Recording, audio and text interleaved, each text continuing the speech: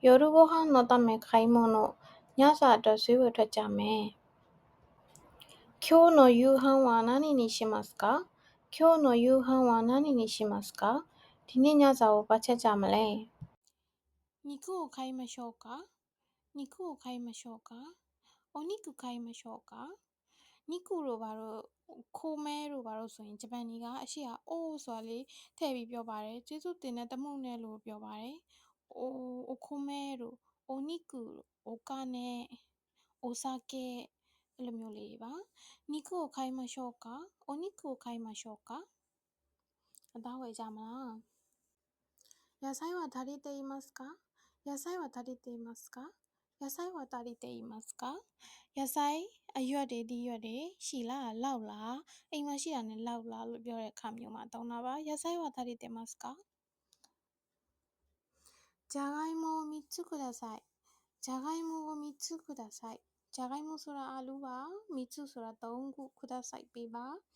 じゃがいもを3つくださいအာလူ3လုံးပေးပါ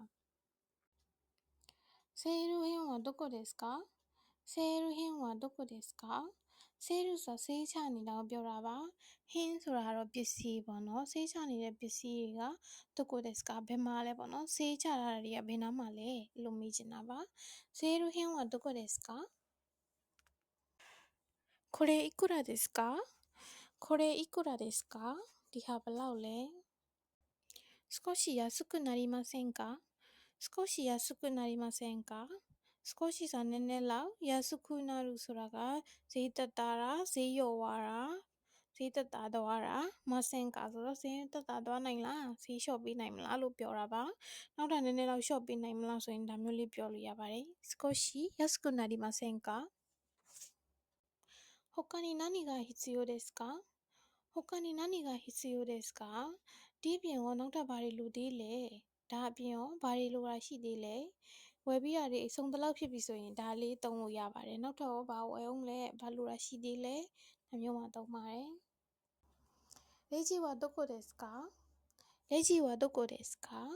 レジဆိုတာခက်ရှာကိုပြောတာပါဒီစားတော့ဆိုင်တွေဘာတွေမှာလောက်တဲ့လူတွေဆိုရင်တော့သိပါတယ်ပေါ့နော်စားတော့ဆိုင်မှာレジရှိတယ်ဆိုတော့လေနော်ဒီစူပါမာလောက်တဲ့လူတွေလည်းသိတယ်။စားတော့ကုန်တို့ဘာတို့ကကလေးတွေဆိုရင်တော့ဒီレジဆိုတဲ့ဟာကိုသိရင်းနှီးမှာမဟုတ်ပါဘူးเนาะレジဆိုတာခက်ရှာကိုပြောတာပါ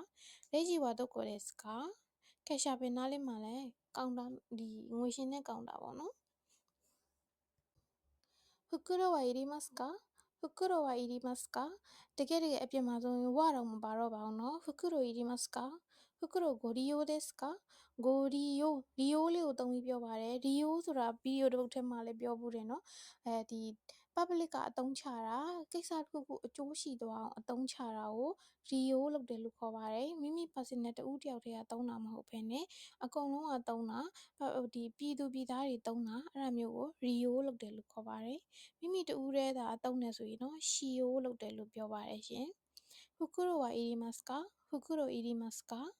ဝမပါဘဲနဲ့သုံးပါလိမ့်မယ်နော်တကယ်အဖြစ်မှာဆိုရင်တခါတလေယဉ်ကျေးတဲ့အနေနဲ့袋ご利用ですか？袋အသုံးပြုပါမလားဆိုပြီးတော့မေးရပါ